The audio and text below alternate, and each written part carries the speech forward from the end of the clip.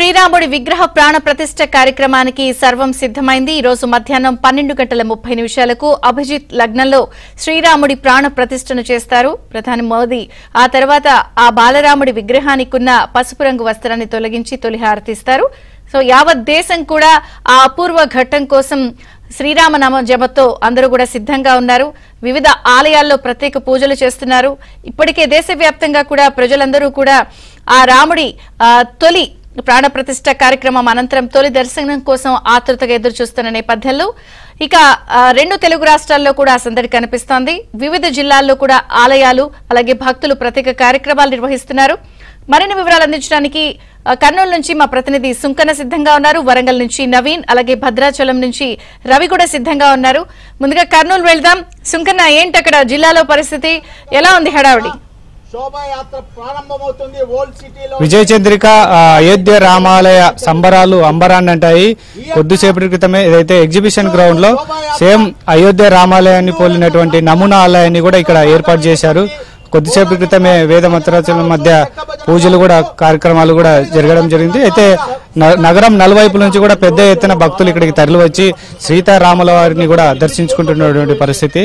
మనతో మాట్లాడేందుకు సీతారాముల కళ్యాణోత్సవ సమితి సభ్యులు ఉన్నారు. అర్థం చెప్పండి స్వామి, పూజ కొద్దిసేపు క్రితం ముగిసింది. నెక్స్ట్ ఇప్పుడు లలితా పీఠంలో కూడా కళ్యాణోత్సవం జరుగుతుంది. సాయంత్రం పట్టాభిషేకం, ఎలాంటి పూజా కార్యక్రమం? యావత్ హైందవ సమాజం అంతా కూడా ఎదురు చూస్తున్నటువంటి 500 సంవత్సరాల యొక్క నిరీక్షణ మరి కాసేపట్లో మన కళ అంతా కూడా సాకారం కాబోతుంది. అందులో భాగంగా మన యొక్క కర్నూలు మహానగరంలో కొద్దిసేపటి కింద అయోధ్య నమూనా ఆలయ కార్యక్రమాన్ని అంతా కూడా ప్రారంభం చేసి ఉన్నాము. మరి కాసేపట్లో ఈ యొక్క లలితాపీఠంలో ఉన్నటువంటి ఆ యొక్క సీతారాముల యొక్క కళ్యాణ మహోత్సవము అనంతరము సాయంకాలం పట్టాభిషేక కార్యక్రమం అంతా కూడా జరుగుతుంది. మీరు చెప్పండి, దాదాపు 500 ఏళ్ల కళ శ్రీరాముడి రామ మందిర నిర్మాణం అండి, 500 ఏళ్ల కళ. సో ఈ రోజుతో సాకారం అండి, ఏం చెప్తారు?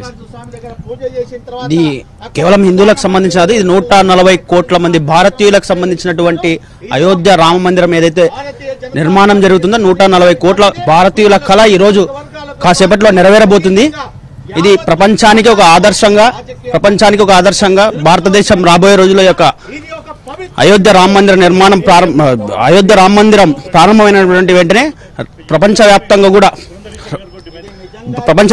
భారతదేశం విశ్వగురువుగా ఇది చెందబోతుంది.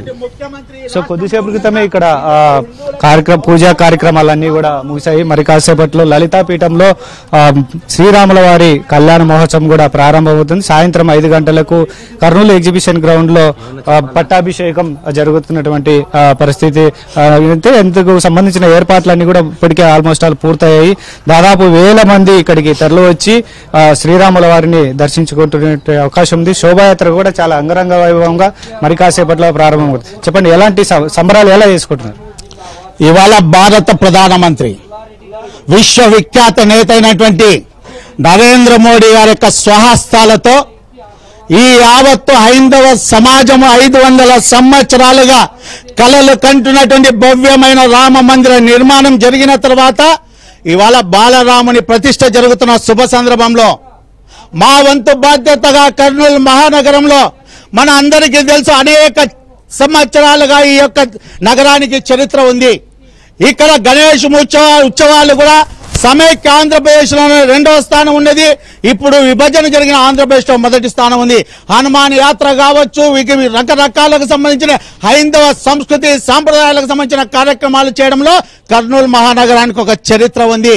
ఇవాళ 75 సంవత్సరాల్లో ఉన్నటువంటి ప్రభుత్వాలు ఏవైతే హిందువుల కళలకు నెరవేర్చినటువంటి ప్రభుత్వాలు ఉంటే ఇవాళ మేమందరం ఆరాధించేటువంటి మాకు ఆదర్శ పురుషుడైనటువంటి మర్యాద రామన్న అయినటువంటి శ్రీరామచంద్రుని యొక్క విగ్రహ ప్రతిష్ఠ జరుగుతున్నప్పుడు ఈ నగరంలో అడుగడుగురా వాడవాడలా గడప గడపడ ఇవాళ కాషాయమయమై కాషాయ జెండాలు ఇవాళ రెపరెపలాడుతున్నాయి.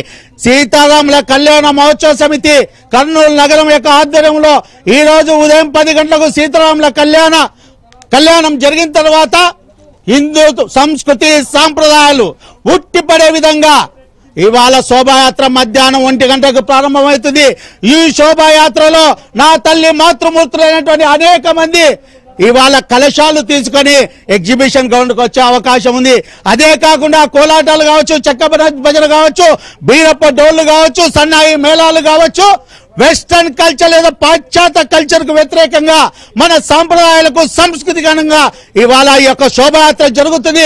కాబట్టి నగరంలో ఉన్నటువంటి కులాలకు, మతాలకు, వర్గాలకు, ప్రాంతాలకు అతీతంగా, రాజకీయాలకు అతీతంగా అందరూ ఈ ఉత్సవంలో పాల్గొంటారు.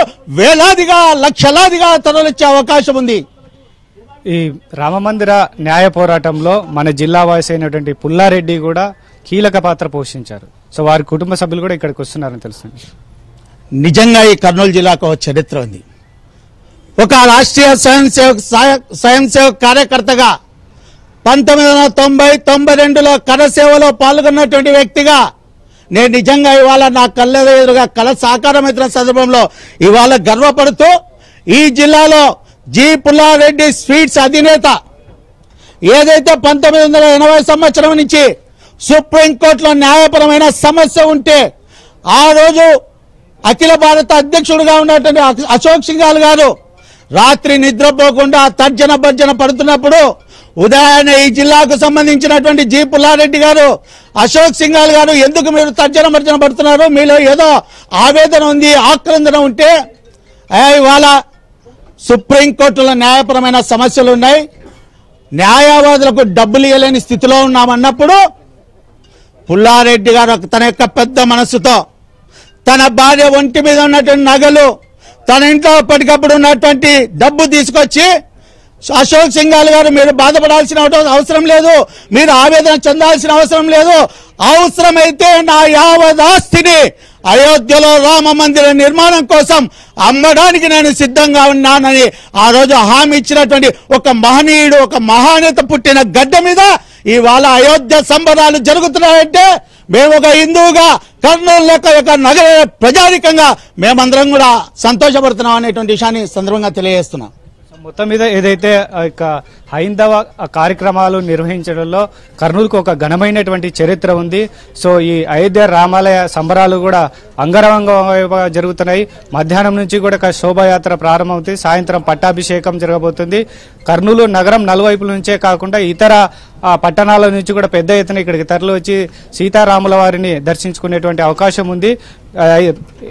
అదేవిధంగా అయోధ్యలో న్యాయ పోరాటంలో కీలక పాత్ర పోషించినటువంటి పారిశ్రామికవేత్త దివంగత పుల్లారెడ్డి వారి కుటుంబ సభ్యులు కూడా ఇక్కడికి రాబోతున్నారు. వారికి కూడా ఇక్కడ సన్మానం చేయబోతున్నామని కూడా సీతారాముల కళ్యాణోత్సవ సమితి సభ్యులు చెప్తున్నారు. విజయ చంద్రిక, థ్యాంక్ యూ.